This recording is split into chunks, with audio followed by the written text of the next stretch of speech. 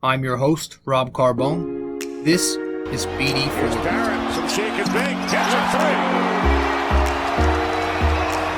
Stands alive in the crowd. Oh, hang on to the roof. Goodbye. Anthony for three. Bang! That one goes down. Gotta put four fingers up when Torres comes to the plate. The wall. See ya. See ya. Out here, the pistol comes under. Got it. Yankees win. All right, so super quick, just a little episode here to talk about the things that have happened lately with the Knicks. But this is episode 270 of BD4. I'm your host, RJ Carbone. Hope everybody's doing well, first and foremost. Hope you're having a great day. Yeah, I want to get through this really quickly. It's going to be a short one, though we always say that and end up going long. But really, I'm trying to get this done as soon as possible because, well, we've got the Yankee game coming up in under an hour. Now we're about 50 minutes until the Yankees start their series with the Seattle Mariners. So, yes, that means today, as I am recording, is Thursday, August 5th, which most likely is going to be the day you're listening to this podcast too, if I can publish it as soon as I finish. But I wanted to jump on here really quick to talk Knicks. Because, again, the other day I recorded an episode on the Knicks, and, it happened to be that as soon as I put that one out there the very next morning, they go out and they make a big splash by acquiring Kemba Walker. And then the next day, this morning, I wake up and I see they extend Julius Randle for 4 more years. So that means... that was enough to jump on here and just do a quick breakdown of what happened these last couple of days and give my thoughts on it. So that's what we're doing in episode 270 of the podcast. So welcome to BD4. I'm your host, RJ Carbone, and you are listening to Ep 270, as I said, of BD4, where there's no better way to get your Yankees and Knicks analysis. Really quick, before we dive into it, guys, if you haven't yet subscribed to this podcast on any of the platforms that we're on, be sure to do that right now. You can listen to us on Apple Podcasts, iTunes, Spotify, Google Podcasts, Anchor, which is our sponsor, many other listening platforms, SoundCloud. And you can also watch this podcast up on YouTube. The video format will be there. We do episodes on the Yankees after every series. And when the Knicks are in season, we do episodes on them every 2 games. If you want to subscribe to my blog, you can also do that. The blog is called It's My Opinion. I do recaps on the Yankee games every night and the Knicks games every night when they're in season. And also you can follow me on social media, Twitter, Facebook, and Instagram. All that stuff I just mentioned, podcast, blog, my socials. You can find that on one website. That's all you got to do is go to my Linktree. So if you go to linktr.ee/rjcarbone, once again, linktr.ee/rjcarbone, that will take you to my Linktree, which will display all those links to what I just rambled to you. But thank you for coming. Since you are here, I want to thank you for that. And I know it's a crazy time out there, and I just, I love distracting myself with sports. So that's why we are going to talk about the Knicks. So as soon as we get back from our first break, we'll get right into it. Stay with us. BRB.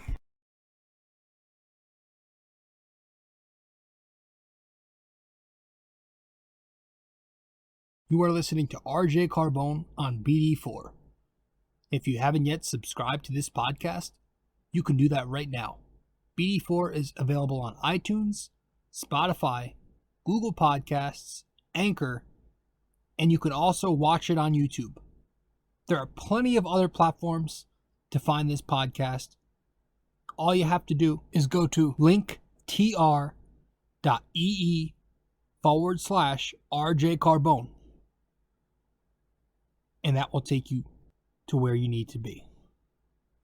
linktr.ee/rjcarbone in order to subscribe to this podcast.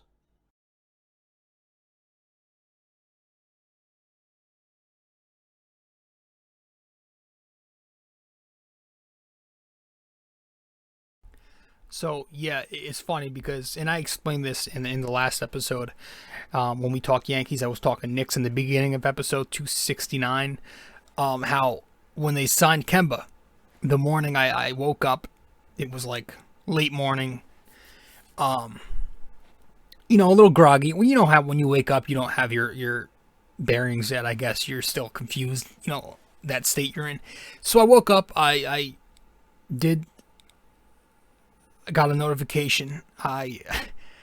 And it was from, I forget what app. My phone's always blowing up with bullshit notifications that I'm subscribed to with sports shit. But I get one of the notifications that say Kemba Walker, blah blah blah, Knicks. So, I'm in a confused state. I literally just woke up and looked at the notification that I got. So I'm thinking Kemba Walker, Knicks. They traded for that bad contract. And so the first thing I do is I go to Twitter because, Lord knows I have to get my opinion out there. And, I kind of rip them. Yuck, Knicks is what I said. At Knicks, yuck, or some shit like that. But then it takes me a few minutes. I finally, fully wake up and I look into it.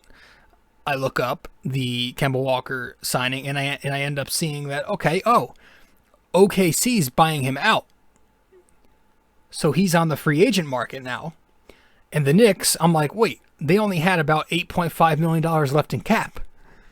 So did they sign him for 8? And that's what they did. They signed him with the chump change they had left. So I feel so much better about that now, that they didn't have to give up any assets in a trade and pay that heavy salary that he was being paid. It was a buyout from OKC. And the Knicks ended up buying him with I think it was a 2-year deal, but with a team option for the second year. So it's a 2-in-1 deal where he's being paid an average value of $8 million. That is absolutely nothing, and it's a win-win. You literally can't lose. I love it. And from where we were last year, Elfrid Payton getting all those starts for the Knicks, Tom Thibodeau hell-bent on starting Elfrid Payton, to now say that not only do we have no more Elfrid Payton on the roster, but Derrick Rose here for at least 2 to 3 years. And now Kemba Walker as the starting point guard, basically just giving him taking a flyer on him. That's awesome. And it's better than if we were to, I would have been, okay, whatever, if we went out and got a Dennis Schroeder or a Reggie Jackson, those middle tier, decent point guards out there. I wouldn't have loved it, but I would have accepted it, and it would have made the offseason, which was pretty quiet for the Knicks at the time, a little bit better. But the fact that they got a 4-time All-Star who's still pretty good, it's just the injury is, what we're going to have to worry about. For $8 million on a team option the next year, that's nothing, man. That is huge. So if he goes out there and he performs well, you have yourself finally got some stability at the point guard position. And if he doesn't pan out, well, you got Derrick Rose to back him up. And you're only giving him $8 million, Kemba. So it's great. It's great to me. I can't get mad at it. After looking it up and looking into it, seeing the terms of the deal, I quickly changed my tune on that signing. So we've got Kemba Walker at point guard to start. If you're looking at the starting 5, it's such drastic improvement already from last year. So you're getting Kemba Walker at point guard, Evan Fournier at the 2. On the wing is RJ Barrett, and in the front court at the 4 and 5, you got Julius Randle and Mitchell Robinson. I mean, shit. And Kemba's going to gel with Fournier right away because they played together in Boston just this past season. It was only, I don't think they played too many games. I think it was 9 games together.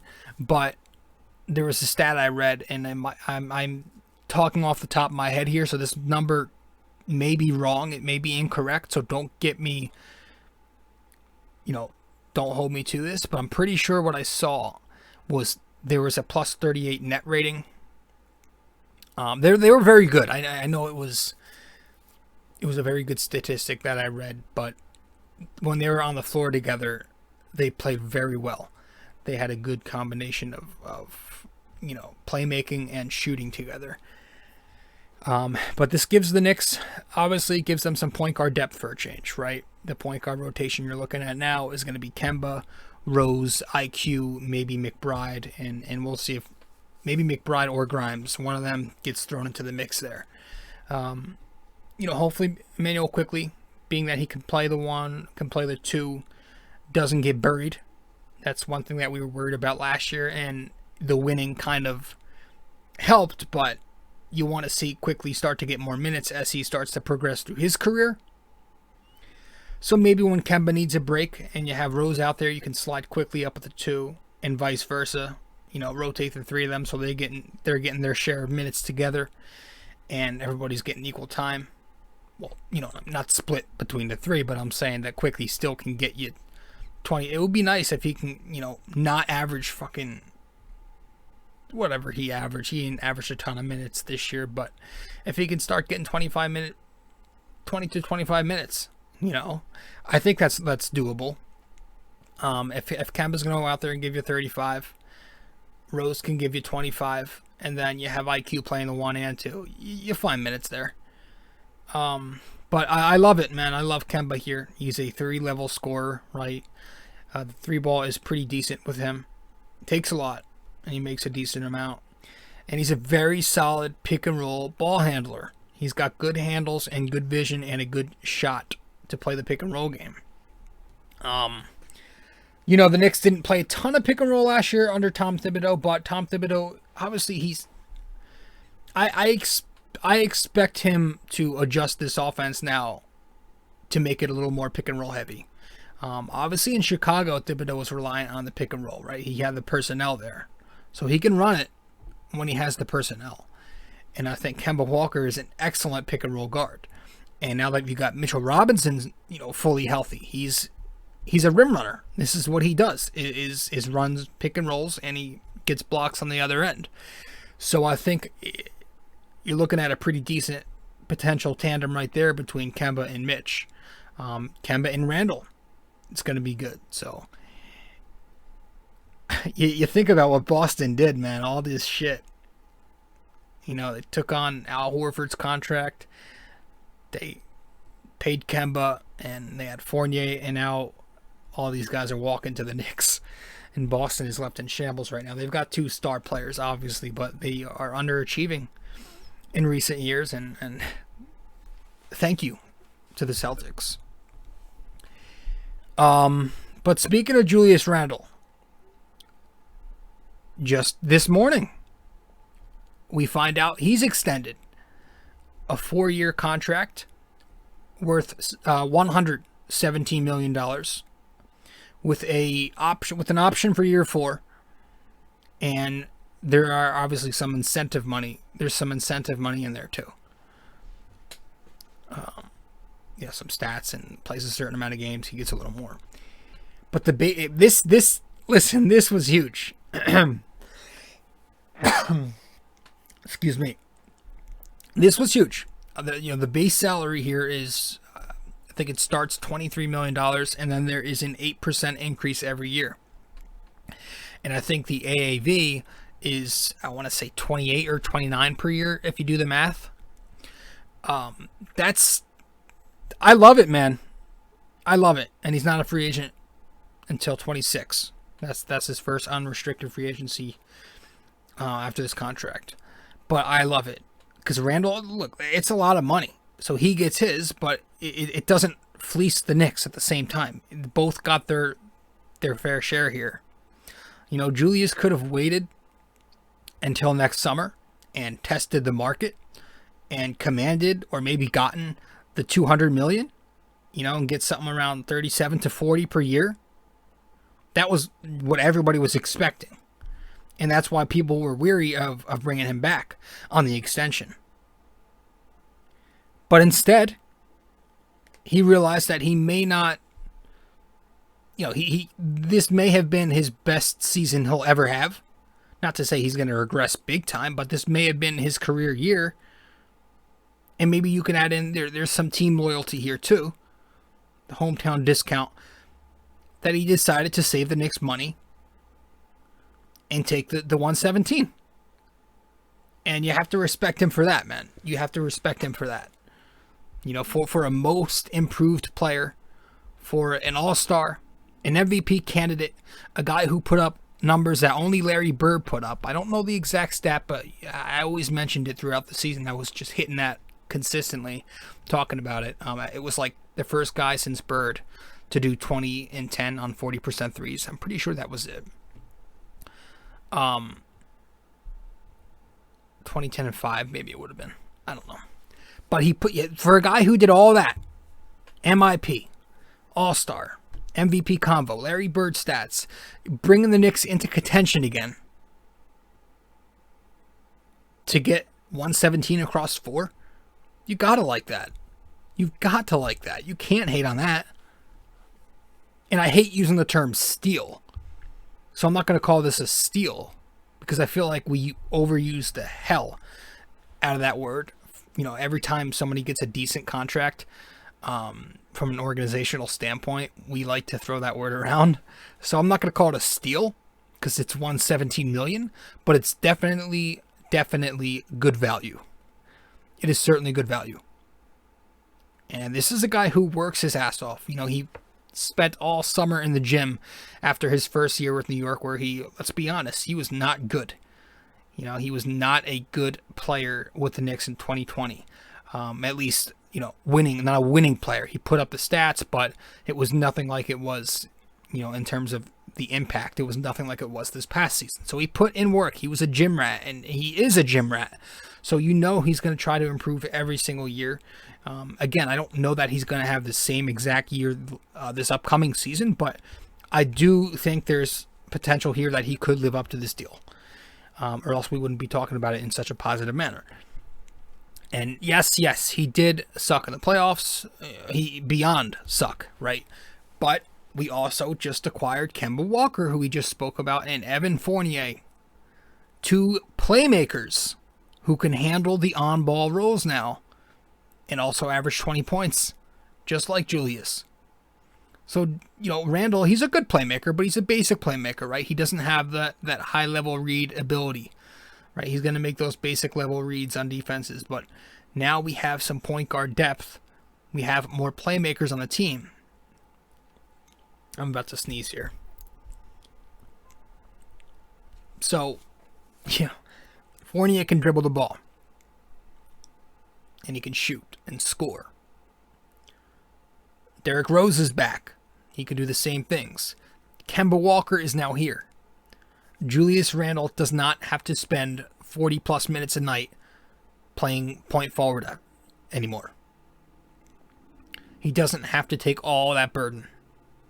He's not going to have to deal with these constant traps that are thrown on him, right? All throughout the season, this guy was getting doubled, and the Hawks started doubling him like crazy in the playoffs, which was a big reason as to why he was so bad. But now we've got some depth. We're a much deeper team with these 2 additions, Fournier and Kemba Walker.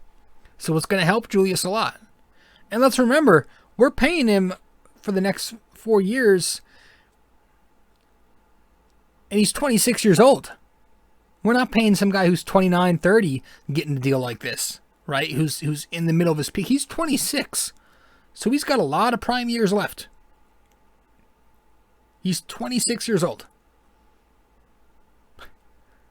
So this isn't his last contract. Big contract. This is huge. This is a good value deal, like I said. So I love the offseason we did, man. And it's crazy. It's crazy because a few days ago, I was looking at it, about to grade it a C or a C+. Didn't get any of the big names that were out there. There weren't a lot of big names out there, but I would have liked one of them. I was hoping for Chris Paul. The Kawhi was a pipe dream. The Damian Lillard thing was probably another pipe dream. But there were some decent players out there. Okay, they missed out on them, but they ended up signing Fournier. They ended up bringing back a lot of guys who helped last year. Noel, Burks, Taj. And I was like, all right, it's decent. I'll give it a C+. But then I find out those are all 2-in-1 deals. And with the Fournier deal coming, he's on a 3-1 deal. So these are all team-friendly contracts. And I was like, all right, I'll give it a B-/B. But then we go and sign Kemba. And that jumps it all the way up to a B+. And that might be harsh. You could even give them, a grade in the A category. So it's been a great offseason for Leon Rose. And Brock Aller obviously has a lot to do with the finances and the cap hit. He makes his decisions in terms of the economics of the team. So you have to credit him, Perry, the entire Knicks front office doing a great job. And you can just see it, man. You can see it. The culture change is in full effect. I know that can be cliche. We always hear that with the Knicks, but I think the culture change is in full effect here. Getting better and preserving cap flexibility. That's exactly what you want. And that's exactly what you're getting right now, right? You're not handing out bigger contracts to these guys who are about to peak, where you're locked for the next number of free agent classes. Look at Miami. Riley is on his last legs here. He wants to win one more before he goes out, and he's paying all these guys who are going to be old when their contracts are up, and they're still under contract. And look at Philly. Look at Brooklyn. They traded away their entire core for a small window to win a championship. It might not work out. Look at the Lakers. Look at the Clippers. All these teams are going to be capped out the next couple of years. But the Knicks are flying under the radar here. And also, not only do we have these team-friendly contracts to some pretty solid players to help us win, but you can use these deals if a star player on another team is disgruntled and wants out. You could very well put together a decent package here. And, yeah, with all these 2-in-1 deals, look, if you want to get real crazy, take a look at that 2023 class. You've got guys like Chris Middleton. I think Kyrie Irving is even in that. But, Vucevic, Bradley Beal. These are young players. Jokic, D'Lo, Embiid. And if the Knicks continue to climb up into the right direction and they play competitive basketball more and more, when you're entering that 2023 offseason, those guys could be possibilities. New York is an attraction. A competitive New York team, you could be looking at those guys on this team. If all continues to go well. You never know. So you have to credit the front office. I don't see how anybody can look at this offseason, which it all happened so quickly, and be upset about it. It was a solid offseason. That's all I've got for this one. Quick episode. Let's head to break. When we get back, we'll wrap it up with the question of the day. Stay with us.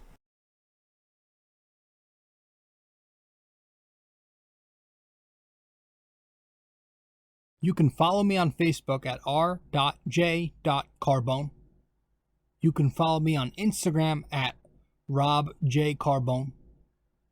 And you can follow me on Twitter at nysportstalkrc. And if you want to follow along with the blog that I write, subscribe to It's My Opinion on nysportstalkrc.wordpress.com.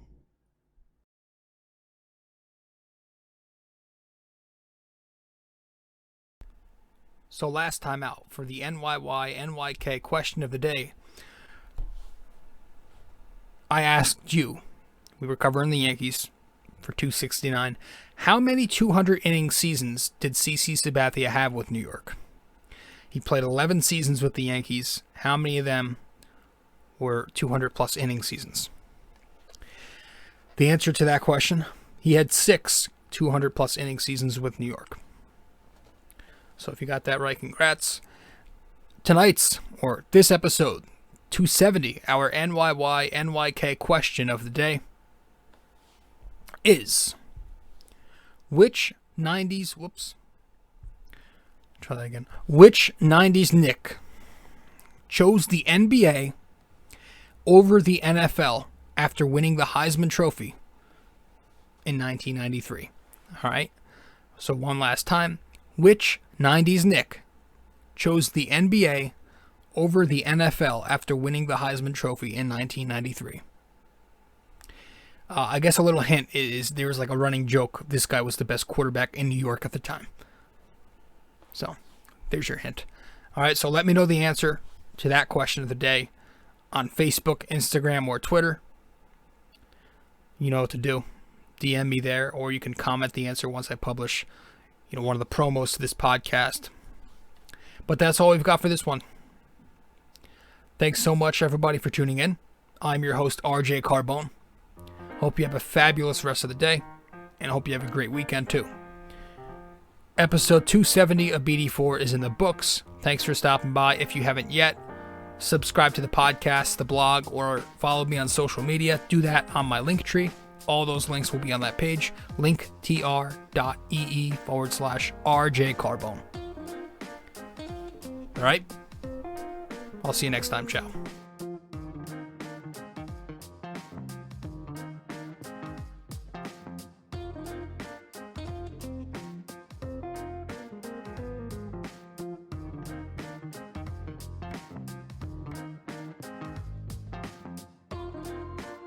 This episode is brought to you by Anchor, podcasting made easy.